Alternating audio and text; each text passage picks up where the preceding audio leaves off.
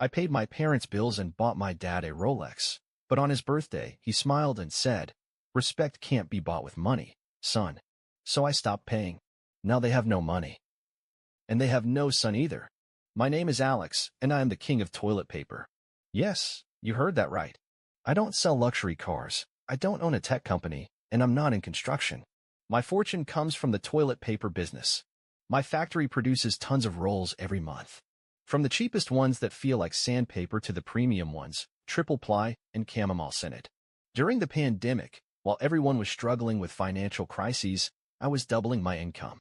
But to my parents, that meant nothing. For years of college for this, my father would say with a mocking smile every time someone asked what I did for a living, "My son is a great businessman." Every day, thousands of people think of him. Right when they're in the bathroom, my mother joked between laughs. My older brother, Ryan, who worked at a bank and barely made enough to get by, also had something to say. "Alex, admit it. You're a millionaire thanks to the world's bathrooms." They all found it funny. But whenever they needed money, they suddenly forgot the jokes. When my parents couldn't pay the mortgage, I paid for it. When my mother wanted to remodel the house, I paid for it. When Ryan got into financial trouble, I helped him. I never denied them anything. But every time they talked about my work, they did it with that condescending tone, as if my money was worth less because it came from something they considered insignificant. I remember when I bought my father a Rolex, his lifelong dream. A gold, elegant watch, the kind that makes you feel powerful just by looking at it. "What is this?" he asked in surprise when I took it out of the box. "A gift." "Alex, this cost a fortune. Where did you get so much money?" "From the business, Dad." "Ah, of course. From toilet paper." He muttered with an ironic smile. I took a deep breath. "If you don't like it, I can return it." He stared at it for a few seconds before putting it on his wrist. "Well, since you already bought it." He accepted it. Just like always, they took my money, but never my respect. A year later, we were at the Grand Steakhouse celebrating his 60th birthday. I had paid for everything: the venue, the dinner, the wine, the live music. Nothing cheap, everything first class.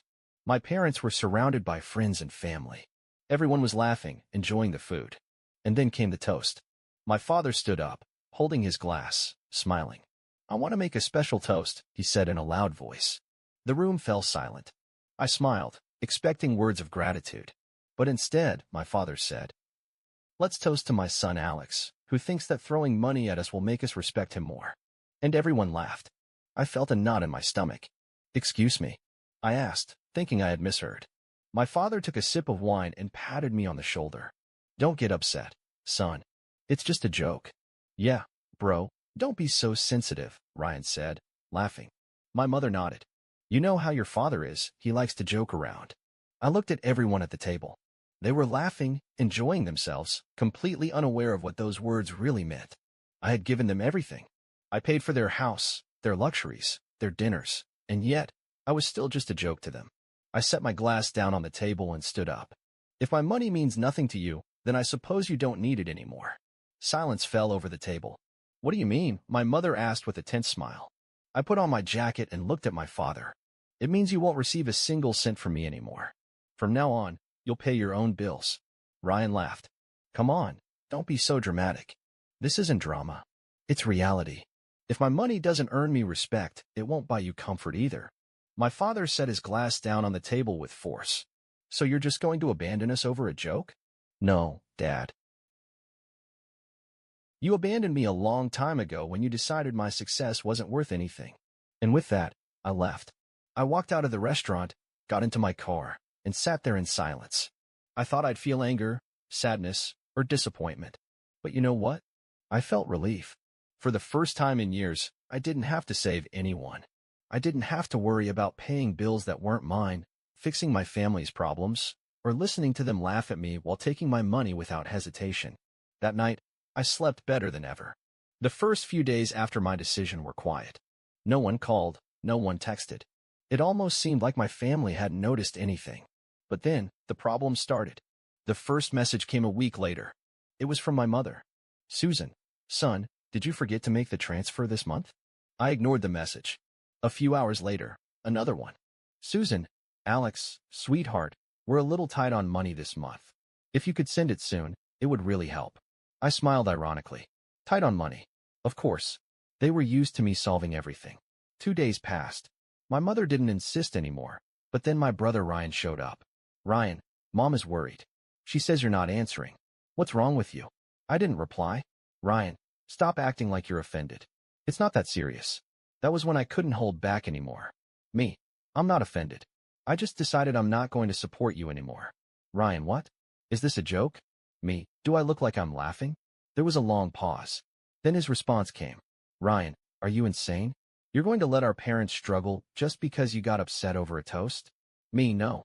I'm going to let them take care of their own lives, like responsible adults. Ryan didn't reply again that night. 2 weeks later, my parents started realizing what my absence really meant. My mother's car payments fell behind. The gas bill went unpaid. The bank called about the mortgage. And then, my mother did what she did best. She tried to manipulate me with guilt. She called me while I was at the office. Alex, son, please, we need to talk. I sighed. What is it, Mom? I don't know what's going on with you, but enough time has passed. I miss you, sweetheart. Why don't you come over for dinner on Saturday? No, Mom. I'm not coming. Please, son. Her voice was sweet, almost pleading. Let's just forget what happened, okay? Come home. Let's have dinner together. I knew exactly what she was doing. She wanted to make me feel guilty, to lower my guard. This isn't about what happened at dinner, Mom. This is about the fact that you've been using me for years, and I'm not going to allow it anymore. Silence. Then, her tone changed. Alex, how can you say that? We're your family. Yes. But to you, I'm just an ATM. And ATMs run out of money too. And I hung up. I knew this was only the beginning. I knew they wouldn't stop. People who get used to receiving everything without effort never give up without a fight. And sure enough, 2 days after my father's call, the next phase began, the attack from all sides. First, it was my mother. Susan, son, I don't know what's wrong with you, but you're making a mistake. You can't turn your back on your family. Susan, we raised you with love. Are you really going to leave us like this? Susan, your father won't say it, but he's suffering a lot. Susan, I can't believe you just stopped paying the bills without warning. How are we supposed to survive? Susan, do you really want us to end up on the street? Susan, Alex, sweetheart, doesn't it hurt you to know that we're here, in the dark, because the electricity got cut off? I ignored the messages. I wasn't going to fall into that emotional trap anymore. But then, they started calling my friends. Alex, your mom texted me. She's worried. She says you're not answering and that the family is in trouble. Trouble? That's interesting. They never had trouble while spending my money. Look, I don't want to get involved, but maybe you could help them out a little. They're your parents. I hung up. I wasn't going to listen to a second more of that. And then, they did what I hated most. They tried to use family against me. Aunt Karen, Alex, what's going on? Your parents are desperate. Aunt Karen, look at everything they've done for you. Aunt Karen, son, they're older. Don't be resentful. Aunt Karen, your mother told me they don't even have internet now. How are they supposed to find a job if they can't even send a resume? Aunt Karen, do you expect your father, at his age, to go out looking for a job like some poor laborer? Is that what you want? I blocked her number. I knew she didn't actually care about my parents. She just loved the drama. But the worst was yet to come. One afternoon, while I was driving home from work, I saw an unknown number calling my phone. Normally, I wouldn't answer, but something told me to pick up this time. Yes. Alex. It was Ryan. And he sounded furious. What do you want? I want to know when you became such a selfish, heartless fool. I smiled ironically. Ah, so now I'm the selfish one. What else would you be? Mom and Dad are on the verge of collapse. All because you decided to throw a tantrum. It's not a tantrum. It's a boundary. A boundary? You're unbelievably ungrateful. Oh, for refusing to keep being their ATM. For leaving them in this situation without warning. You didn't even have the decency to prepare them for this. I laughed in disbelief. Prepare them? Ryan, they're adults. Why would I need to prepare them to pay their own bills? Because they never had to before. You took advantage of them and then abandoned them. I ran a hand over my face. The level of absurdity was unbelievable. So, according to you, it's my fault that they chose to depend on me? Of course it is. How do you expect them to get used to living without your help when you've given them everything for years? Well, Ryan, I guess they'll have to learn quickly. There was a tense silence. And then, he said the one thing that changed everything. If Dad ends up in the hospital from the stress you're causing him, it'll be your fault. That's when I laughed. Because they had finally run out of strategies and were using their last card. Guilt. If Dad ends up in the hospital, Ryan, it'll be because he never learned how to manage his own life. And I hung up. I knew this wasn't over yet. I knew they wouldn't stop. They had gone from emotional blackmail to manipulation, and now, there was only one option left: public humiliation. Exactly 1 week after Ryan's last call, it happened. I was at Central Perk Cafe with some colleagues when suddenly, my phone started blowing up with notifications. Message from a friend. Bro, what's going on with your family? Message from a former college classmate. Alex, did you really abandon your own parents? Message from a business partner. I saw a post about you on Facebook. Call me. I frowned and opened social media. And there it was. A public post from my mother. It's sad when a son forgets his family. We gave him everything, and now he repays us by leaving us in misery. We don't know how we'll pay rent this month, and the bank is already threatening to take our house. We never thought our own son would turn his back on us like this. We're only asking for a little help and understanding. If anyone has a job for 2 elderly people who have worked their whole lives, please help us. God bless you. Small Blue Diamond. And the worst part, more than 200 comments and hundreds of shares. What a disgrace. How can children be so heartless? And he calls himself a successful man? Shameful. Tell me who he is so I can make sure never to buy anything from his company. I hope life makes him pay for what he's done. My name wasn't mentioned in the post, but everyone knew exactly who it was about. I took a deep breath and laughed. Did they really think this would work? Everything okay? One of my coworkers asked. Yeah, my parents are putting on their little show on social media.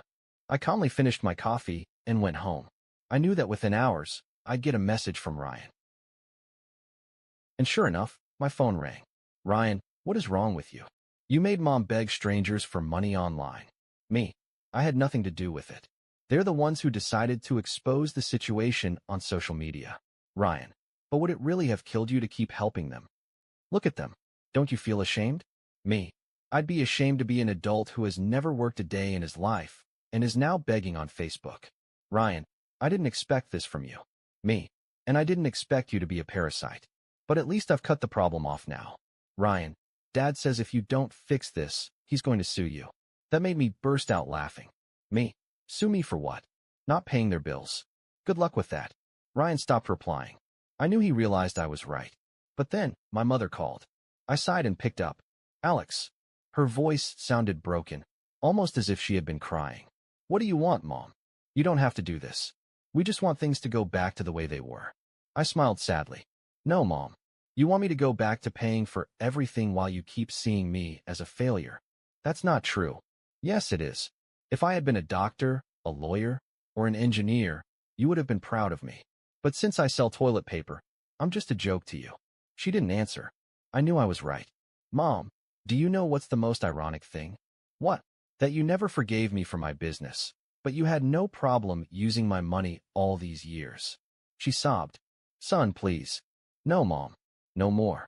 I hung up. I knew this meant the war was coming to an end, but there was still one final blow left. After my mother's last call, I expected more manipulation attempts. I thought they would insist, keep trying to make me change my mind. But all I got was silence. No messages. No calls. No passive-aggressive posts on social media. At first, I thought they had learned their lesson, that they had finally accepted their lives didn't depend on me. I was wrong. Because what really happened was that they were preparing their final move. 2 months later, I received a letter from the bank. At first, I thought it was a mistake. I had no debt, my accounts were in order. But when I opened it, the contents left me frozen. It was a formal notification. My parents had tried to use my name to refinance their mortgage. Not only had they attempted to put my name on their debt, but they had also forged my signature. I grabbed my phone and called my mother immediately. She answered with a trembling voice. Alex, I knew you would call. So you really thought you could steal from me and get away with it? It's not stealing. It was just a mistake. We planned to pay it back. With what money, Mom? You have no income. Dad can barely cover his own expenses. Or were you expecting me to fix it too? We had no other option. Yes, you did. You could have worked. You could have sold the house and moved somewhere cheaper. But instead, you chose to deceive me. She sobbed. Your father didn't want to do it. It was my idea. I don't care who did it. You're both responsible. Son, if you report this, you'll ruin us. There it was. The last card. Blackmail. If I pressed charges, they might face legal consequences. Their house would almost certainly be repossessed. Their reputation would be destroyed. But that wasn't my fault. They had put themselves in that situation. Mom, you're not my problem anymore. Alex, please. We're your family. I took a deep breath. No. You're just two people who tried to take advantage of me. And I hung up. The next day, I went straight to the bank. I explained the situation and provided evidence that I had nothing to do with the mortgage. My parents were officially notified. A few weeks later, their house was put up for auction. They tried to stop the process, but there was nothing they could do. In the end, they were forced to move into a small apartment, no luxuries, no comforts. And, of course, Ryan didn't take long to come looking for me. One day, I ran into Ryan outside my office. He looked worse than ever. Deep dark circles under his eyes, disheveled clothes, an expression of pure desperation. We need to talk. There's nothing to talk about. Alex, please. Dad is sick. Mom is devastated. They can't live like this. This is how normal people live, Ryan. It's not my fault they don't know what it means to earn a living. But you have money. It wouldn't cost you anything to help them. Exactly. It wouldn't cost me anything. And that's why I won't do it. Ryan looked at me with pure hatred. You only think about yourself. And you've been taking advantage of me for too long. But at least I know how to live without depending on anyone. I turned my back on him and walked into my office. I knew that was the last time I would see him. 6 months passed. During that time, my business continued to grow. I traveled, enjoyed my life, and focused on what truly mattered. One day, while checking my emails, I saw a message from an unknown number. It simply said, I hope you're doing well, Mom. I read it. I thought about everything that had happened, and I deleted it, without responding, because, for the first time in my life, I felt completely free. But the story didn't end there. A month later, during a meeting with business partners, one of them looked at me curiously. Alex, what happened with your family? I lifted my glass and looked at him. Why do you ask? He pulled out his phone and slid the screen toward me, showing me a social media post. My parents had tried again. Once again, they were begging for money. Only this time, they didn't mention my name. Now, the story was that a successful businessman had turned his back on them and left them in misery. It was ridiculous. They were adults, fully capable of working, but instead, they continued playing the victims. I took a deep breath and smiled.